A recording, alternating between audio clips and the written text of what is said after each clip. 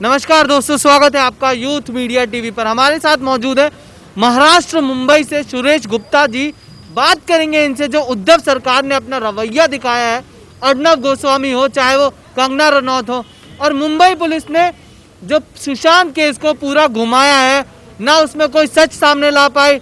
पर हाँ, अर्नब गोस्वामी का 2 साल पहले का केस दोबारा खोल सकती है, पर सुशांत केस में कोई भी सबूत सही से इकट्ठा नहीं किया जा सकता है मुंबई पुलिस द्वारा।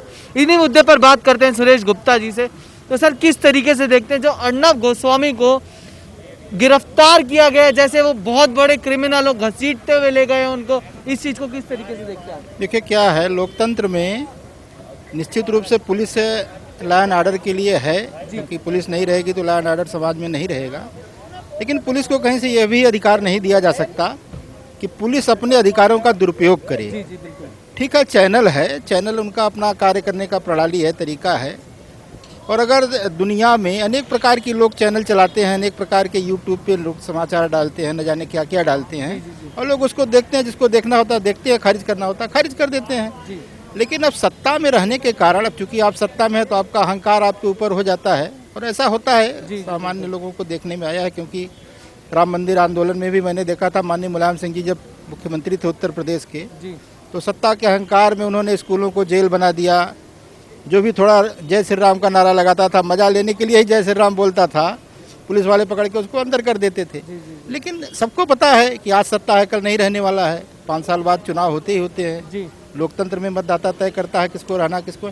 लेकिन आप सत्ता के कारण जो व्यवहार पब्लिक में डालते हो, उससे आपके बारे में एक धारणा बन जाती है। तो आज महाराष्ट्र की सरकार ने जो भी घटना किया, पुलिस के द्वारा कराया, उससे लोगों के अंदर एक धारणा तो बनी गई कि भाई सत्ता का उपयोग ये लोगों को परेशान करने के लिए कर रहे हैं। ठीक है, अर्नब गोस्वामी को आप जेल में डालोगे, ट्रायल तो कोर्ट में ही होने वाला है किसी चीज़ का, और कल को वो आदमी तो हीरो बनेगा क्योंकि वो आवाज़ उठा रहा है।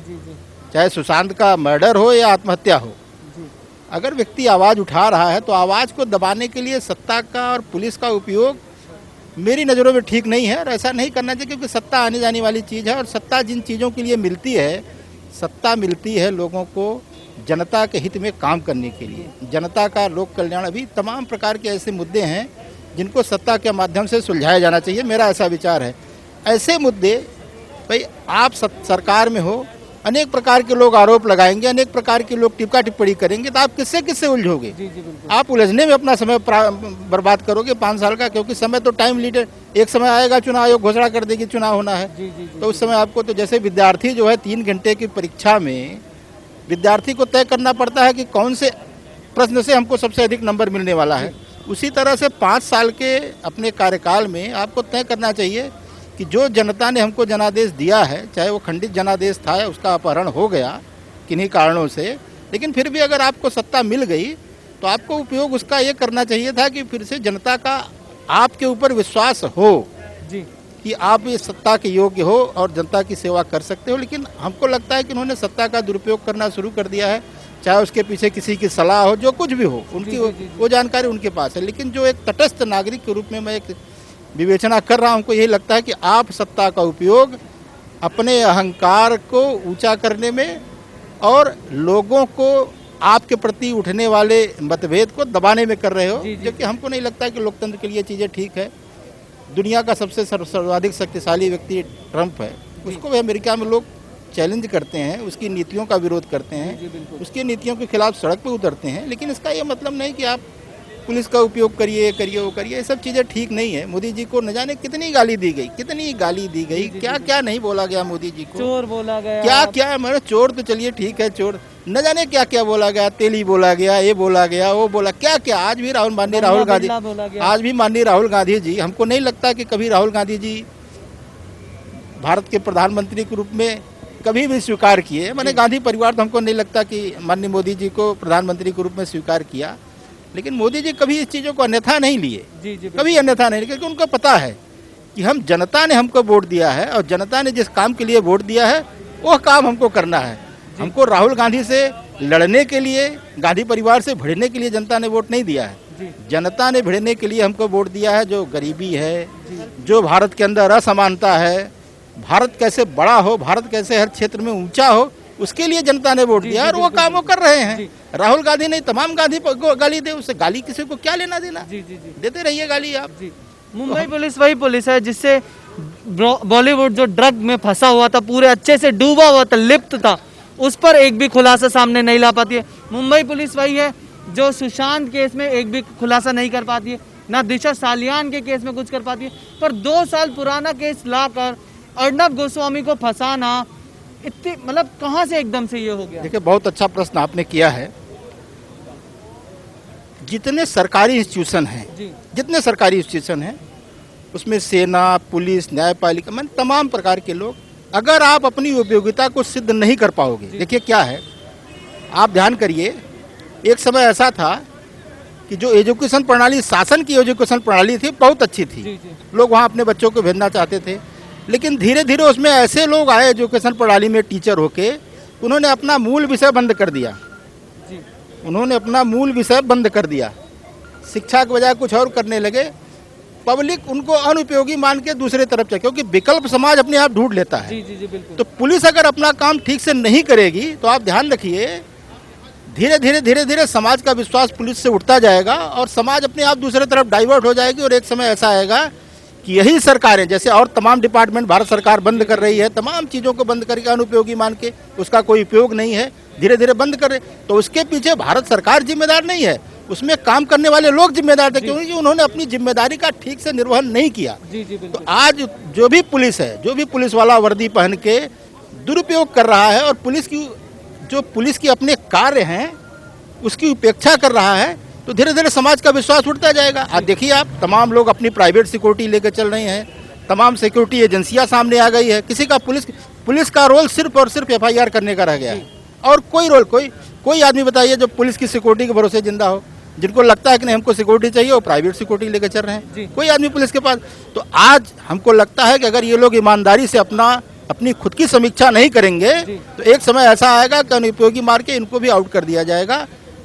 तो इनको आज जिस चौराहे पे खड़ी है पुलिस व्यवस्था, उसको अपनी समीक्षा करनी पड़ेगी जी कि हम अपने दायित्व के साथ न्याय कर रहे हैं कि नहीं कर रहे हैं। देखिए क्या है, आप सरकारों के प्रति वचनबद्ध नहीं हो, जी आप जो जनता के प्रति, जो जी। पुलिस कोड है उसके प्रति वचनबद्ध हो, और जनता के लिए, क्योंकि आपने सर्विस किया है, आपने स्वयं तय किया कि हमको पुलिस की सेवा करनी है, हमको पुलिस में जाना है, तो जब आपने तय किया था कि हमको पुलिस में जाना है, तो जो पुलिस के रोल हैं उसको आपको करना पड़ेगा। और नहीं करोगे तो ये पब्लिक है, क्योंकि ये आज खुलापन हो गया है, हर चीज़ें खुल गई है, आज किसी को आप बाध्य नहीं कर सकते जी कि नहीं पुलिस के पास जाए ही जाए। लोग अपना खुद की सिक्योरिटी रख लें, अपना खुद का रिवॉल्वर का, बंदूक का लाइसेंस ले रहे हैं। जी जी अगर पुलिस ठीक से काम करती ही तो किसी को कोई ज़रूरत नहीं जी। थी खुद का बंदूक का लाइसेंस लेने का, खुद का रिवॉल्वर का लाइसेंस लेने का, खुद की सिक्योरिटी खड़ा करने का, खुद का अपना जिसको बोलते हैं सिक्योरिटी लेने का, किसी को कोई ज़रूरत नहीं थी। तो ये आप इस चीज़ों की समीक्षा, जो वरिष्ठ पुलिस अधिकारी जो बैठे हैं पदों पे, उनको इसकी समीक्षा करनी पड़ेगी। जी जी। वरिष्ठ पुलिस अधिकारी मुंबई के तो एक न्यूज़ चैनल के जो CEO हैं उनसे भिड़ रहे हैं, उनके खिलाफ फेक केसेस कर रहे हैं कि उन्होंने TRP गलत तरीके से चुराई, कभी कुछ केस 1000 केस कर देते हैं, कभी कुछ करते हैं। तो सीनियर ही जब ऊपर बैठे जो परमवीर सिंह हैं, चाहे वो उद्धव ठाकरे जी हों, वो कभी उनका घर तोड़वा देते हैं, कंगना रनौत का ऑफिस तोड़वा देते हैं, कभी शिवसेना के लोग जाके पिटाई करते थे नेवी ऑफिसर की, तो उन सब चीज़ों पर कुछ नहीं करते हैं, कोई एक्शन नहीं लिया जाता। पर खुद परमवीर सिंह इन पर आरोप लगा रहे हैं, कभी फेक TRP का, कभी कुछ का।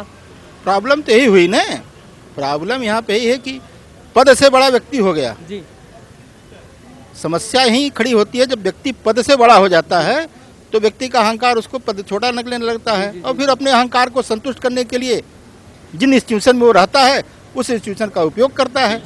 प्रॉब्लम यहाँ यहीं पे है, और इसको ठीक करने के लिए देखिए क्या है, इसको ठीक करने के लिए हमको नहीं लगता कि पुलिस में सभी अधिकारी इस तरह से हैं। अच्छे अधिकारी भी पुलिस के अंदर हैं, बहुत अच्छे, क्योंकि हमको 4-6 DGP लोगों का नाम हमको ध्यान में आता है, जो तमाम प्रकार के संकट पुलिस के सामने आए थे, और कैसे उन्होंने हैंडल करके पुलिस की गरिमा को उन्होंने रखा, पुलिस के लिए प्रतिष्ठा का प्रश्न बना, और आज लोग पुलिस का सम्मान करते हैं। तो उन अधिकारियों के कारण तो उनका अनुसरण करना चाहिए।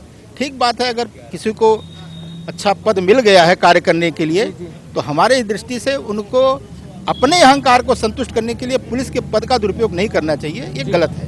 प्रॉब्लम यही है कि अब देखिए क्या है, हमारे ऊपर हो तो अत्याचार हो रहा है और पड़ोसी के ऊपर हो तो ये बदला लिया जा रहा है। ये कोई तरीका नहीं है, लेकिन क्या करेंगे आप, कोई क्या कर सकता है भाई। किसी को बोलने के लिए कहा तो नहीं जा सकता कि अरुणों के साथ ऐसा हुआ तो आप लोग मार्केट में आइए, रोड पे आइए, धरना दीजिए। पर ये तो स्वयं के लोगों की जिज्ञासा होनी चाहिए कि भाई आखिर जिंदा कैसे रहेगा लोकतंत्र, और पत्रकारिता में अपनी बात रखने की छूट लोगों को कैसे मिलेगी।